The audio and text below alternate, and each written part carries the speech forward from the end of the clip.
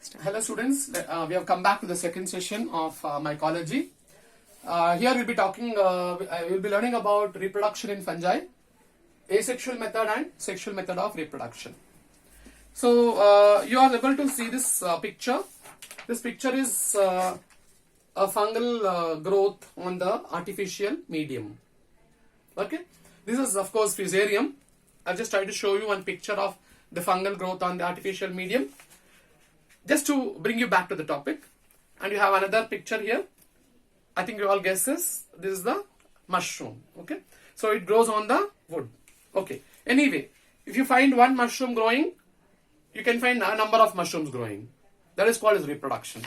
If I've just inoculated a small material of the fungus here, day to day, if you keep seeing, it keeps on growing and growing. That is what is reproduction and growth, right? Okay, so every organism needs a specific condition for growth, factors for growth.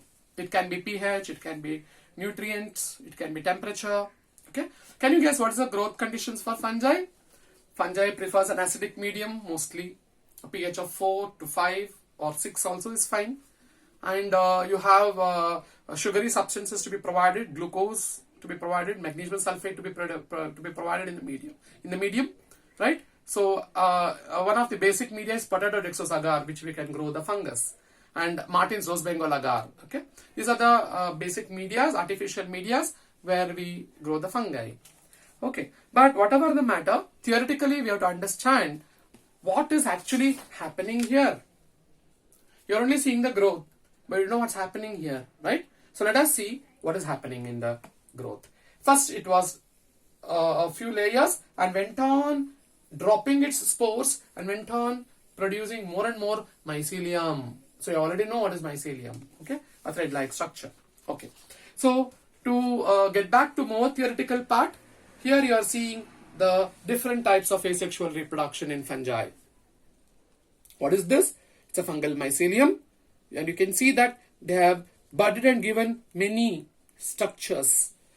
What type of a division usually is an asexual reproduction involving? Mitotic division. So the nucleus divides equally. Mitotically means equally. If there's a 2n, we all know it's 2n, diploid. Fungal nucleus is diploid. Okay, this will replicate a copy and another 2n of the similar is produced, and this protoplast will extend and the nucleus divides to form a oidium or an arthrospore. So what's the first method of asexual reproduction? Not exactly budding. Budding is then as in another aspect here, but very similar to budding. This is called formation of arthrospores or oidium, where you can see the occlusion of the protoplast extension in the hyphal tips. Hyphae is nothing but mycelium, and each one is a separate one. Each cell is going to grow into a new mycelium. This is called asexual reproduction. Please remember, asexual reproduction involves mitotic division. Okay? Yeah. Coming to the next type of asexual reproduction, it is called as fission. Fission means, I will take an example of yeast cell. So in the yeast cell, you can see that the cell was first normal. It got elongated, and you can see the nucleus which was here has divided into two. Divided into two means it has replicated a new copy. And mitotic division is occurring here. The 2n copy or a diploid copy is given to the extended part of the cell, which is elongated, and then the constriction occurs and the fusion occurs. Septum wall will be there and two cells are formed later. Okay, this is called as fission, equal to, very similar to the binary fission what you study. The third type of asexual reproduction is called budding. Okay, in budding you can find that the cell, like yeast cell, shows budding. So you can see the cell in which there is nucleus and the vacuole, and there's a small protrusion coming up. Okay, protuberance, we call it as protuberance, right? And you can see this, whatever I've told you here, I can show that here.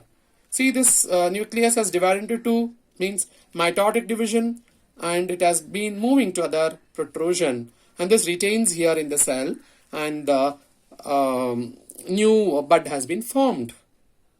we call this as a mother nucleus. It keeps on producing a number of such budded cells. Okay, the concept is the same. Mother nucleus mitotically divides, a protrusion occurs.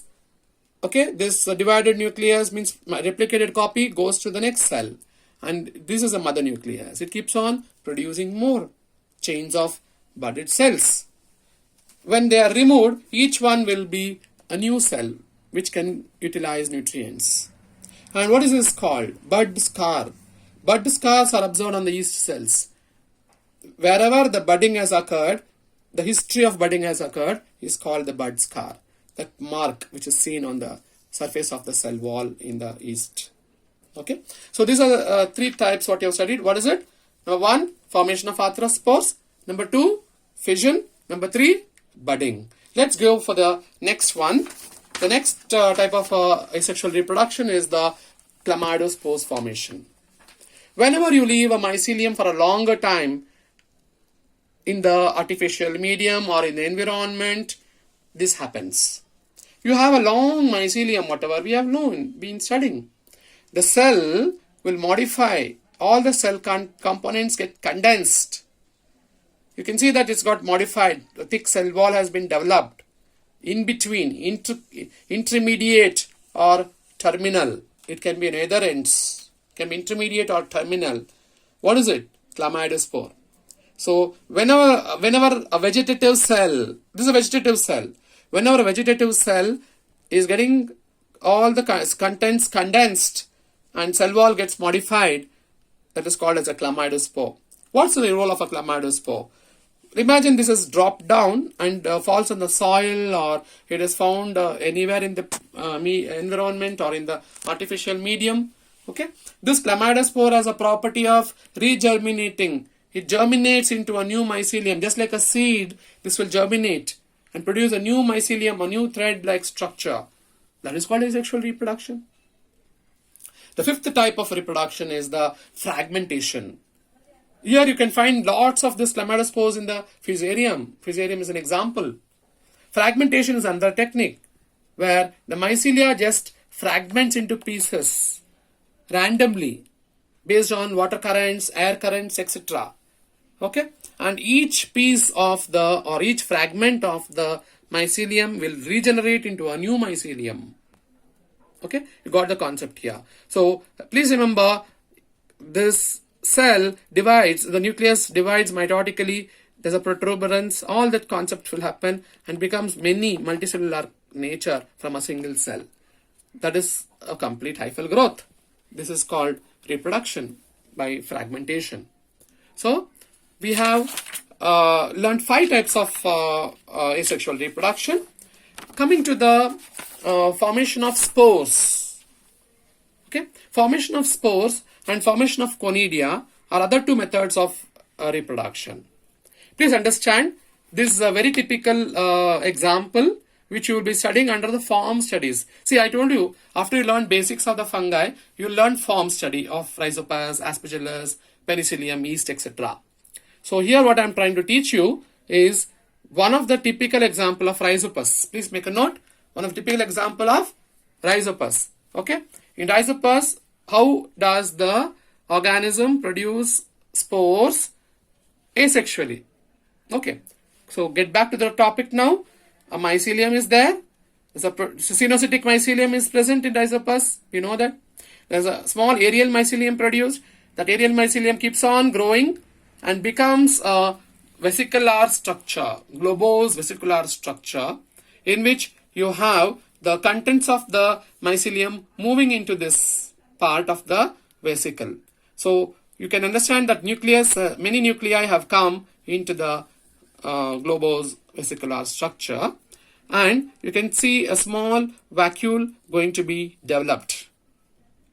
Okay, what is this we're seeing here is the cytoplasmic cleavage. Please remember, there's a cytoplasmic cleavage. Cytoplasm goes into small bits. The red one, whatever is shown, is a cytoplasmic cleavage. Each cleaved part is having one nuclei.